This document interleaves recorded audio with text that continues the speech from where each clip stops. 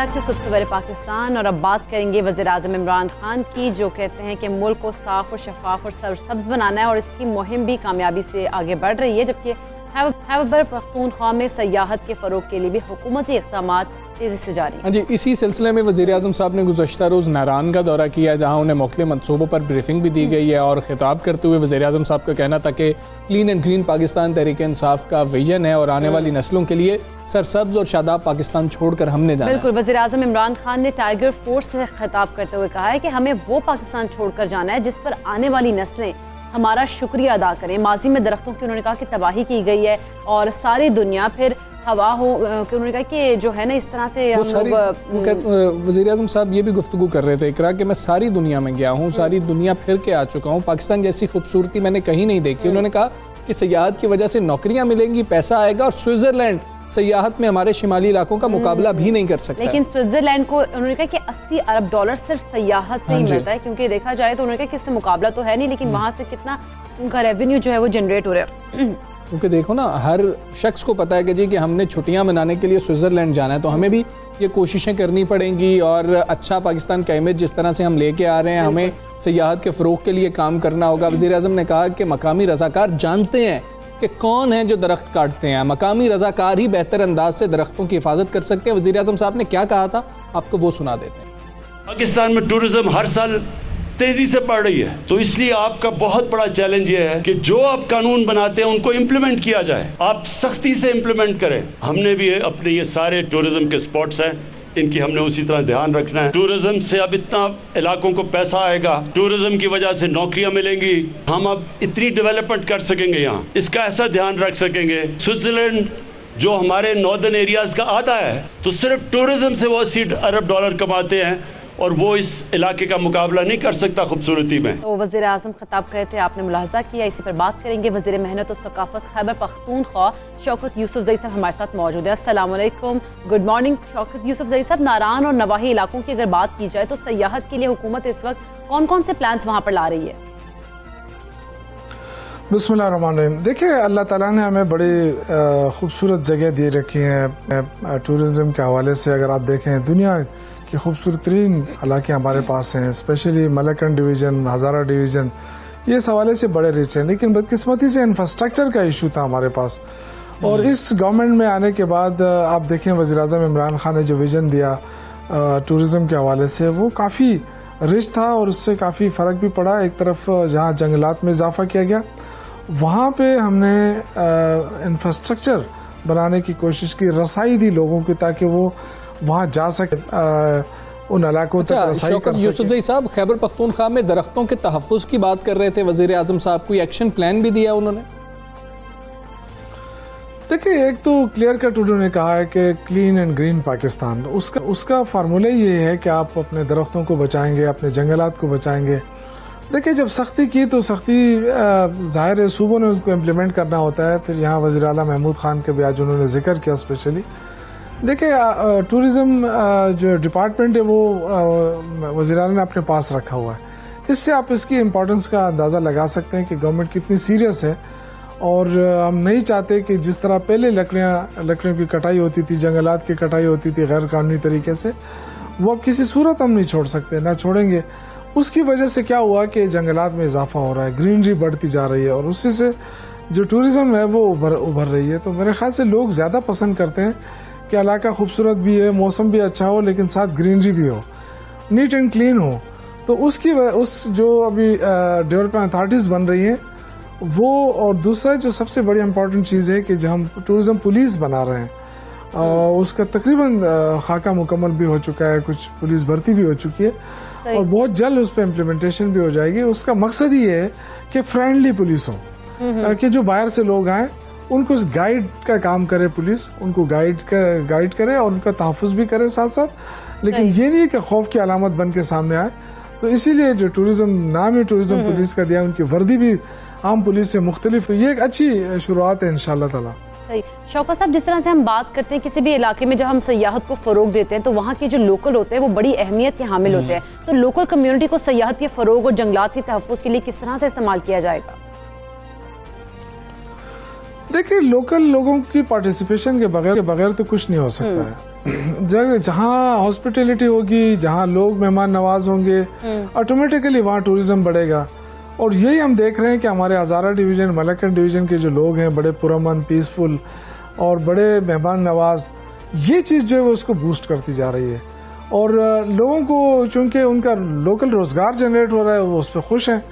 अगर पहले ज़मीन सस्ती थी, अब महंगी होती जा रही है उनकी। इसी तरह अब कागान नारान में अगर आप ऊपर जाएँ तो वहाँ तो जितनी भी इन्वेस्टमेंट हुई है तो बाहर के लोगों ने आकर की है, और वो जो लोकल लोग हैं उनको ये फ़ायदा हुआ है कि उनके कारोबार में इजाफा हुआ है, उनकी दुकानें, उनके और कारोबार।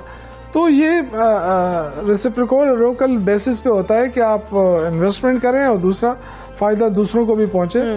तो मेरे ख्याल से इससे काफ़ी फ़ायदा हो रहा है लोकल लोगों को, बड़े खुश हैं इस पे, और इसलिए वो उनको भी एहसास हो रहा है पहली दफ़ा कि जी अगर हम टूरिज्म को प्रमोट करते हैं तो अब हमारे मसाइल भी हल हो सकते हैं और मुल्क की मईशत को भी। ठीक है शौकत यूसुफज़ई साहब, ये भी बताइएगा, अब हम देख रहे हैं कि कोरोना केसेस कम हो रहे हैं और सियाती मकामात को खोला भी जा रहा है। जब कोरोना वबा से हम छुटकारा हासिल कर लेंगे तो आप क्या फ्यूचर देख रहे हैं सयाहत का?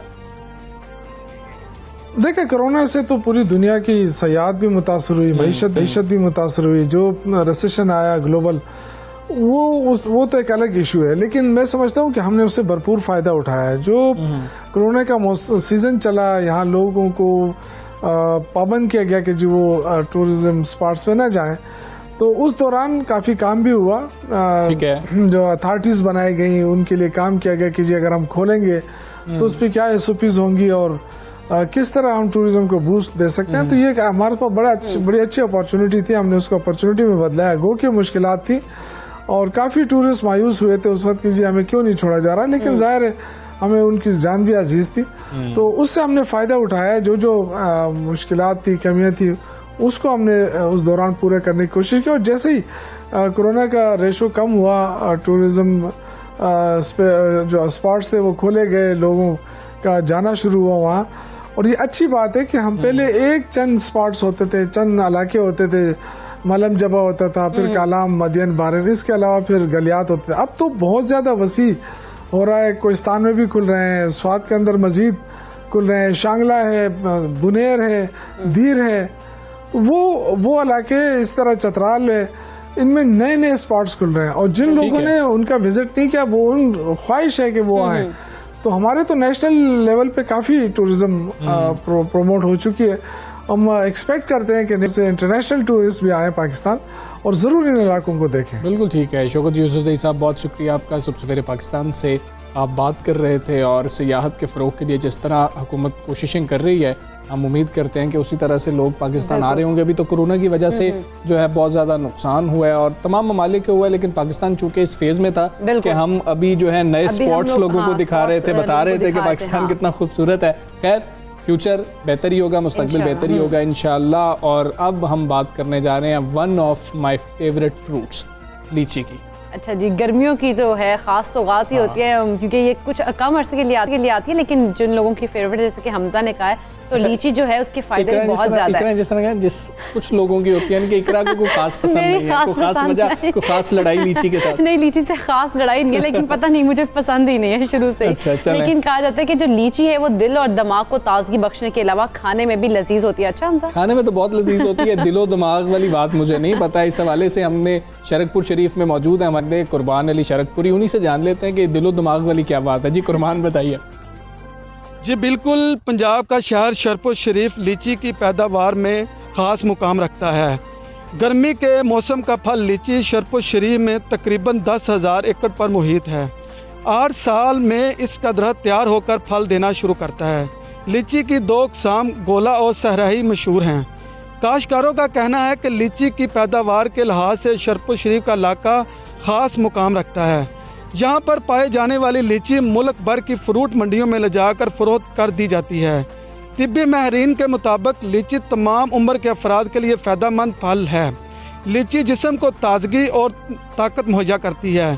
ज़रूरत इस अमर की है कि लीची की बरामदात को बेहतर बनाया जाए, जिससे न सिर्फ मुल्की माशत पर मुस्बत असरात मरतब होंगे बल्कि मुकामी अफराद को भी रोज़गार मुयसर होगा। जी ठीक है कुर्बान अली, बहुत शुक्रिया आपका, पीछे से आपने हमें बाग दिखा दिया और बस उनकी लीची तो बहुत ही मज़े की थी हमजा पे। बहुत मज़े की, मैं मतलब कि क्या मैं सिर्फ देख के कह सकता हूँ बहुत मज़े की थी, बहुत ही खूबसूरत थी, चलें हम ये कह लेते हैं। लेकिन इकरा खाया करो, बहुत अच्छी होती है, दिलो दिमाग ताज़ा रखती है, ताज़ा करती है। खैर हमजा आगे बढ़ते हैं, हम कुछ बात कर लेते हैं क्योंकि मुल्क भर में पेट्रोल की अगर बात की जाए तो आसमान को छूती कीमतों से हर कोई परेशान है। और उधर ट्रांसपोर्ट माफिया की बात करें तो वो मनमाने जो है किराए लगाते हैं और अपनी मर्जी की किराए वसूल करते हैं लोगों से, जिसके बायस मुतवस्सित तबका जो है वो बहुत ज़्यादा मुश्किलात का शिकार है। लेकिन हर मुश्किल का कोई ना कोई हल तो होता ही है, कोई ना कोई सोल्यूशन ज़रूर होता है। और इस मसले का हल ये है कि बिजली से चलने वाली मोटरसाइकिलें ज़्यादा से ज़्यादा मार्केट में लाई जाएं, जो ना सिर्फ माहौल दोस्त हैं बल्कि उनका माहाना खर्च भी ना होने के बराबर है। और खुशाइन बात यह है कि पाकिस्तान में अब इलेक्ट्रिक मोटरसाइकिलें तैयार की जा रही हैं। और ख़ास बात ये भी है कि इन मोटरसाइकिल्स में कोई इंजन ही नहीं है, ना फिर इसमें पेट्रोल है, ना कोई ऑयल का खर्चा होता है, तो इससे काफ़ी ज़्यादा आसानियाँ पैदा होंगी। और इलेक्ट्रिक मोटरसाइकिल से हर माह पेट्रोल पर उठने वाले औसतन 4000 का खर्च भी आप बचा सकते हैं। अच्छा, अब ये भी देखना होगा ना कि कितने किलोमीटर एक दफ़ा बैटरी चार्ज हो रही होगी, मुख्तलिफ बैटरीज होंगी। जैसे अभी कहा जा रहा है कि एक बार चार्ज करके आप 80 किलोमीटर का तकरीबन सफ़र तय कर सकते हैं। इलेक्ट्रिक व्हीकल पॉलिसी की मंजूरी के बाद उम्मीद हो चली है कि ये जो ऑटो माफिया की इजारादारी है ये ख़त्म होगी और इलेक्ट्रिक मोटरसाइकिलें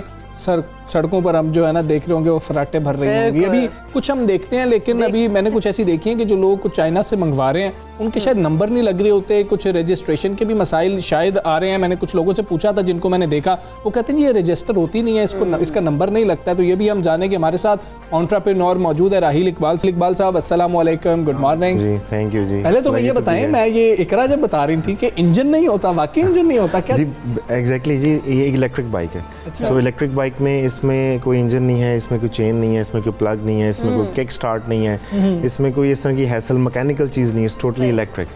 आपने सिर्फ इसको बटन से ऑन करना है और रेस देंगे, चल पड़ेगी, ब्रेक देंगे, रुक जाएगी। अच्छा, लड़कियों के लिए बड़ा फायदेमंद होगा कि इसके साथ अगर दूसरी बाइक्स होती है ना उनमें लड़कियों को समझ नहीं आता है, क्योंकि आजकल हमारी जो खवातीन है बहुत ज़्यादा हम देखते हैं लड़कियां भी सड़कों पर नहीं लगानी, बिल्कुल दौड़ा किक भी नहीं लगानी जी। आपने बस वो बटन ऑन करना है और ये इलेक्ट्रिक है और ये ऑन है, रेस देंगे चलेगी, ब्रेक मारेंगे रुक जाएगी। इट्स वेरी इजी फॉर खवातीन। अच्छा, अब कितने लोग जो हैं इस तरफ इंटरेस्टेड हैं, मंगवा रहे हैं, अभी मुश्किलात हैं क्या? देखिए, पहले तो यह है कि इलेक्ट्रिक व्हीकल की पॉलिसी एक बड़ी खुशाइन चीज़ है हमारे मुल्क में। और उसके बाद से सबसे पहले तो यह है कि जो इसके पार्ट्स की जो ड्यूटी है उस पर 1% अब गवर्नमेंट ने कर दिया है after the EV policy approval. तो मेन इसमें जो चैलेंज था वो ये था कि टेक्नोलॉजी डेवलप करनी थी, तो हमने इस पर काफ़ी R&D काफ़ी टाइम इस पर स्पेंड किया। बीइंग एन एंटरप्रेन्योर चैलेंजेस को ही अबूर करना होता है। सो मेन चीज़ इसमें यह है कि हमारी जो बाइक है वो अब रजिस्टर्ड है, इसको नंबर प्लेट भी लग जाता है। अच्छा। ये EDB से अप्रूव्ड है, PSQC इसका पास है, इसके टेस्ट वगैरह सारे अप्रूव हो चुके हुए हैं और ये रोड पे इस वक्त चल रही है और एक्साइज एंड टैक्सेशन वाले इसको नंबर भी लगा देते हैं। तो आप इसको ख़रीदें, इस पर नंबर प्लेट लगाएं, इसको आम बाइक की तरह बिल्कुल इस्तेमाल करें। और तो ये पाकिस्तान में आप खुद बना रहे हैं? जी, हम पाकिस्तान में सुंदर में हमारा प्लांट है। पाकिस्तान में we are the first licence electric bike जो कि हम सुंदर में इसको इसका प्लांट है, इसको मैन्युफैक्चर कर रहे हैं, यहाँ पे बना रहे हैं। कुछ चीज़ें जैसे सुपर कैपेसिटर पे जो बैटरी हैं वो हम बाहर से मंगवाते हैं। बाकी सबसे जो इसमें इंपॉर्टेंट कंपोनेंट है वो बैटरी है, इसकी BMS है बैटरी में, एक छोटा सा सॉफ्टवेयर होता है, चिप एम्बेडेड कंट्रोलर होता है और motor is a very important component. Motor भी हम यहाँ पे खुद बना रहे हैं। इंजन नहीं होता, इंजन की जगह मोटर होती है, ठीक होगा, और बैटरीज होती हैं। अच्छा, इसमें कुछ ना मैंने जो देखी हैं बाइक्स, उसकी स्पीड कुछ कम होती है, स्पीड उतनी नहीं होती जितनी हम देखते हैं पेट्रोल से चलने वाली बाइक्स की होती है, क्या ऐसा ही है? और दूसरा, बैटरी कितनी देर में चार्ज हो जाती है, चार्ज करनी कैसे है? जी, ये तो बाकी सबका एक बड़ा इंपॉर्टेंट कंसर्न होता है ये कि बेसिकली एक चार्ज में ना ये आपको 60-70 किलोमीटर देती है। लेकिन इसमें स्पीड्स के हमने ना मॉड्स दिए हैं। ठीक है। तो अगर आप इकोनॉमी मोड में चलाते हैं 60-70 किलोमीटर एक चार्ज में आराम से देती है आपको, और लेकिन उसमें स्पीड की लिमिटेशन होती है, स्पीड थोड़ी कम हो जाती है। लेकिन जैसे अगर आपको ज़्यादा स्पीड चाहिए तो आपको स्पीड तो मिलेगी, आप उसको दूसरे मोड पे कर दें, फास्ट मोड पे स्पीड तो मिलेगी, लेकिन उसमें फिर आपको माइलेज कम मिलती है। अच्छा, एग्जैक्टली। ठीक हो गया। अच्छा, ये इतना ज़बरदस्त आइडिया कैसे आया, ये तो ज़रा हमारे साथ शेयर करें। देखिए, मैं और मेरे पार्टनर जो थे वो we were attending a conference in America. हम सिलिकॉन वैली में थे, तो हमने देखा वहाँ पे टेस्ला हमने चलाई, तो हमने कभी फ्यूचर जो है ना it's all about EVs।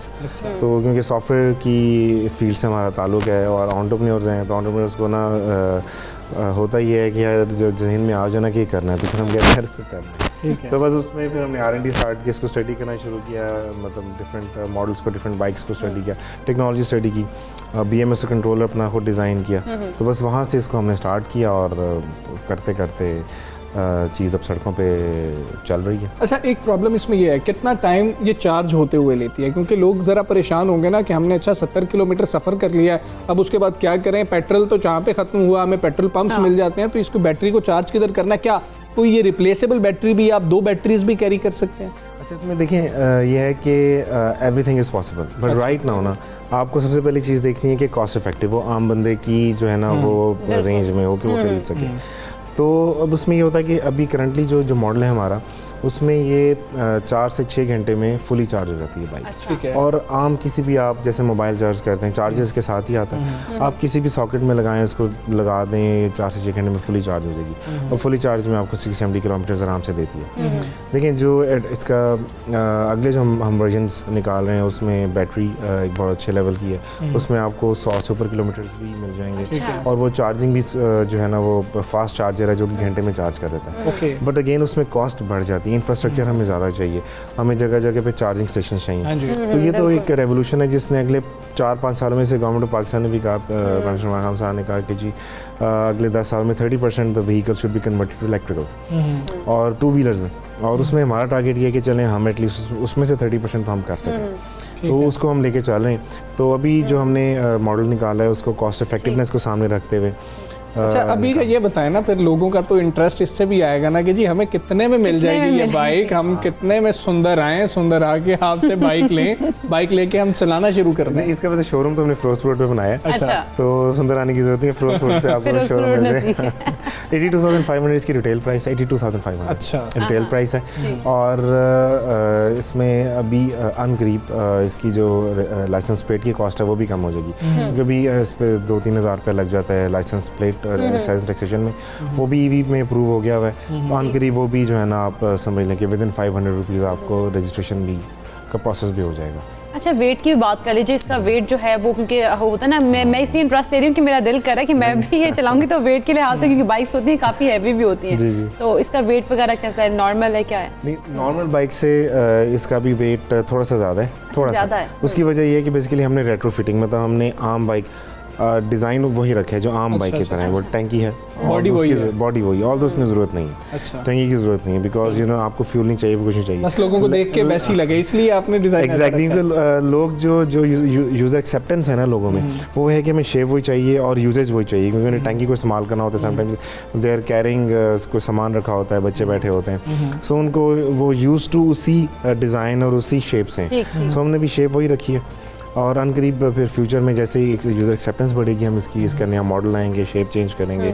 It's a revolution, इंशाल्लाह अगले 5 से 10 सालों में दुनिया एक बड़े नए लेवल। इसकी कोई वारंटी वगैरह भी देते हैं आपके जी, कि किस चीज़ की वारंटी होगी? हाँ जी, जो इम्पोर्टेंट इसमें जो है ना वो पार्ट्स, मतलब एक तो इसमें पार्ट्स हैं ही बहुत ज़्यादा नहीं, इसमें बैटरीज़ हैं और बाकी इसमें छोटे मोटे इशूज़ आ जाते हैं। मोटर और बैटरी की हम वारंटी देते हैं, क्योंकि वो हमारी अपनी, क्योंकि मतलब मोटर हम खुद बना रहे हैं। तो दूसरा इसमें अक्सर होता ही है कि बेसिकली पानी का अक्सर इशू होता है। लास्ट ईयर जब बारिशों में अक्सर लोग पानी खड़ा होता है उसमें लेके घुस जाते हैं, तो उसमें हमने देखा कि चंद एक बाइक्स में इशू आया, वो फिर वापस आई, हमने फिक्स कर दी, कोई इसमें इशू नहीं था।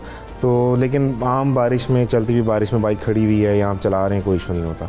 खड़े हुए पानी में अगर उतर जाए तो ऑब्वियसली इलेक्ट्रिक है, कुछ ना कुछ इशू तो आ जाता है इसमें। अच्छा, लेकिन बारिश तो यहाँ फिर क्या करें, बारिश हो रही हो तो कोई दूसरी बाइक हमें घर में रखें जी, बारिश हो रही है तो दूसरी बाइक में चलाएं, चलती है, कोई मसला नहीं। नहीं, जहाँ पर बारिश पानी बहुत खड़ा है, देखिए बहुत ज़्यादा पानी में तो आम बाइक भी बंद हो जाती है, तो उसका इंजन उसमें तो बड़ा सिंपल है ना, लोगों के लिए साइलेंसर का थोड़ा सा ख्याल रख लिया, अगर पानी हुआ प्लग साफ किया, फिर से प्लग लगाया, हो गया। इसमें अब ये भी जरा बताएं ना कि किस तरह से गाड़ी बाइक बंद हो गई, क्या करें, वेट करें सूखने का? नहीं, आप बाइक बंद हो गई तो आप आम बाइक भी हो जाती है, आप उसको पहले तो खुश जगह पे लेके जाते हैं, थोड़ा सा हिलाते हैं, चल पड़ती है। अच्छा, कितनी हमें देर लग जाएगी कि लोगों की एक्सेप्टेंस भी हो? हमने आवाम को भी देखना है कि लोग इस तरफ आ रहे हों, तो वो कितना टाइम हमें लग जाएगा, आप ये समझते हैं? और फिर हम देखते हैं कि ऐसी इलेक्ट्रिक गाड़ियों की, इलेक्ट्रिक व्हीकल्स की, बाइक्स की बात इसलिए हो रही है कि ये माहौल दोस्त भी हैं, सस्ती तो पड़ती हैं, तो कितना फ़ायदा होगा? ये माहौल दोस्त आपने बड़ी सही बात की, जिसमें कोई साउंड ही नहीं है, कोई साउंड नहीं है, कोई इसमें कंबशन नहीं है, कोई इसका नॉइज़ पोल्यूशन भी नहीं है, नॉइज़ पोल्यूशन भी नहीं है और स्मोक पोल्यूशन भी नहीं है, किसी तरह पोल्यूशन नहीं है। तो इसमें देखें लोगों को सिर्फ एक इनिशियली थोड़ा सा फियर होता है कि यार मतलब वो जिसे कहते हैं ना कि स्मॉल फियर ऑफ अननोन, कि यार पता नहीं क्या है क्या नहीं है। सो ये जैसे जैसे लोग इसको ले रहे हैं, इस्तेमाल कर रहे हैं, with the passage of time we think कि अगले 1 साल में आप देखेंगे कि बहुत ज़्यादा बाइक्स इलेक्ट्रिक पे होंगी। चाइना में तो आपने देखे कई प्रोविंसेस में बैन है कि नॉर्मल बाइक आप नहीं चला ही नहीं सकते। So with the passage of time you will see कि लोग इसको एक्सेप्ट करेंगे और लाइफस्टाइल का हिस्सा बनाएंगे। अच्छा, सॉफ्टवेयर से आपका ताल्लुक़ है, हमारे पाकिस्तान के अंदर बच्चों का बहुत ज़्यादा तलबा का रुझान है अब सॉफ्टवेयर की तरफ, उनको क्या मशवरा देना चाहेंगे? देखिए सॉफ्टवेयर इंडस्ट्री जो है ना पाकिस्तान में IT is the biggest export. इस वक्त $4 बिलियन ऑलमोस्ट पाकिस्तान की सालाना आईटी एक्सपोर्ट है, $1.5 से $2 बिलियन रजिस्टर्ड है। बहुत इसमें बड़ी जो नंबर्स हैं उसमें फ्रीलांसर्स हैं जो कि फ्रीलांसिंग काम करते हैं, बाहर से काम करते हैं, यहाँ डेवलप करते हैं। One of the best outsourcing market है पाकिस्तान में आईटी सर्विसेज के लिहाज से। तो इसमें यह है कि जी इट्स द बेस्ट इंडस्ट्री। अगर आप वाकई कुछ करना, अगर आपके पास लैपटॉप है, इंटरनेट है और आपके पास दिमाग है जो सबके पास है और आप उसको इस्तेमाल नहीं कर पा रहे, आपको स्किल सीख के उससे पैसे नहीं कमा पा रहे, तो उसमें गलती है आपकी। तो आप टाइम ना वेस्ट करें, आप शॉर्ट कोर्सेज करिए, कुछ स्किल सीखिए और इमीडिएटली हमारा अपना एक प्रोग्राम भी है इधर आल्फा टावर में, और उसमें हम यही करते हैं कि भी आप कोई स्किल सीखें और स्किल सीख के आप from the very next day आप ऑनलाइन कोई भी छोटा मोटा काम उठा के आप उसको डिलीवर करें। एक और छोटा सा मेरे जहन में भी सवाल है, जब आप ये बात कर रहे थे कि सॉफ्टवेयर से रिलेटेड है ना, हम बाइक ख़राब हो जाती है ना तो मैकेनिक हमें जगह जगह मिल जाते हैं। इस बाइक का मैकेनिक किधर मिलेगा? सॉफ्टवेयर नहीं, इसमें हमारे सर्विस सेंटर हैं जी। हमारा शोरूम के जहाँ है फिरोजपुर, वहाँ पे सर्विस सेंटर भी है और उसके अलावा जो हमारे डीलर्स हैं उनको भी हम इतना इनेबल करते हैं कि उनको ये पता होता है कि कोई हमारा कोई डीलर जैसे काने में है, कोई थोड़ा सा फासले पे, उसके पास पार्ट्स होते हैं, सुबह चीज़ें होती हैं, किसी भी बाइक में इशू आता है, he can fix it immediately. कोई इतना इसकी तो बल्कि मेंटेनेंस बहुत है, कोई इशू ही नहीं है, इसमें है ही कुछ नहीं। मतलब जस्ट 2 चिप्स का कोई मसला आ गया कि समटाइम्स कि यार वो BMS चिप तो आपने खोलना है, वो चिप रिप्लेस करनी है, जैसे कंप्यूटर खोल के रैम रिप्लेस करते हैं, चलो जी चल, सिंपल एज दैट। मतलब एक टाइम था जो कंप्यूटर्स आए थे तो लोग, तो आपने कहा कंप्यूटर घरों में खुद ही खोल के वो रैम रिप्लेस की चल पड़ा, सिंपल है। पाकिस्तान में बिजली भी तो सस्ती नहीं है ना सर, ये 1 यूनिट में चार्ज हो जाती है। अच्छा, 1 यूनिट में चार्ज हो जाती है, आप मतलब जस्ट 1 से 1.5 यूनिट में फुली चार्ज हो जाती है, दैट्स इट। अच्छा बिल्कुल। अच्छा, एक और पाकिस्तान में हम देखते हैं कि ना बाइक्स पे 5-5, 6-6 लोग भी बैठे होते हैं आम बाइक्स पे, तो इसमें कितने लोग? हमने 3 से 4 लोगों पे तो टेस्टिंग की है। अच्छा, काफ़ी मतलब आम जो हमारे लोगों ने खरीदी है, कई लोगों ने खरीदी है, चलाई है, वो नॉर्मल लाइफस्टाइल में नॉर्मल उसमें चला रहे हैं। सिर्फ थोड़ा सा इशू ये है कि ऑब्वियसली कई लोग जिनकी ट्रैवलिंग बहुत ज़्यादा है, तो मतलब उन्होंने एक शहर से दूसरे शहर भी बाइक पर ट्रैवल करते हैं, वहाँ पर थोड़ा इशू आ जाता है कि वो चले तो जाते हैं, वहाँ जाके थोड़ा चार्ज करनी पड़ती है, then you can come back. तो with the passage of time will cover. अच्छा, अभी हम दोनों का कंपैरिजन कर लेते हैं, क्योंकि अभी हम शायद इसमें सीखने की स्टेज में भी हैं कि हमें जो कुछ चीज़ें सामने आ जाती हैं उसको अगले मॉडल के अंदर हम मज़ीद बेहतर करने की कोशिश कर रहे हैं। दोनों का कंपैरिजन कर लेते हैं। तो अभी कंपैरिजन करते हुए लोगों को क्या आप वो बताएंगे जी कि अगर आप कंपैरिजन कर रहे हैं तो ये चीज़ें हमारे पास उनसे ज़्यादा बेहतर है? देखिए सबसे पहले तो ये है कि ये कॉस्ट इफेक्टिव है। आपको कोई इसमें जो है ना पेट्रोल नहीं डलवाना, आपको बस चार्ज करनी है और इजीली घर में कहीं भी ये आराम से चार्ज हो जाती है। और उसके अलावा चलाने में बहुत आसान है, कोई इसमें वो इतनी हैसल नहीं है कि आपने आप जस्ट ऑन करना है, रेस देनी है, चल जाती है। It's easy to manage, it's easy to handle, hassle free है, कोई नॉइज़ नहीं है, कुछ नहीं है। समटाइम्स लोगों का ये भी फीडबैक आता है कि जी कोई बाइक आ रही होती है ना तो उसका शोर से लोग पता लगे था बाइक आ रही है, इसकी तो साउंड ही नहीं है। तो आपने हमने हॉर्न दिया हुआ है, हॉर्न दे के रखना पड़ता है। ठीक है, तो ये नॉर्मली लोगों का जो अभी तक का फीडबैक। ठीक है राहिल साहब, बहुत शुक्रिया आपका सबसे पहले पाकिस्तान का आप हिस्सा बने, बहुत शुक्रिया जी। और वाकई कॉस्ट इफेक्टिव भी है और बाद में आपको पेट्रोल डलवाने की टेंशन नहीं रहती। अभी हमारे उस तरीके से माहौल दोस्त भी है। तो देखेंगे आगे 4-5 सालों के अंदर जब इलेक्ट्रिक व्हीकल्स होंगी तो हमारी जो पोल्यूशन का मसला शायद वो भी हल हो जाएगा। अभी हम एक ब्रेक लेंगे, ब्रेक के बाद वापस आएंगे। Stay with us.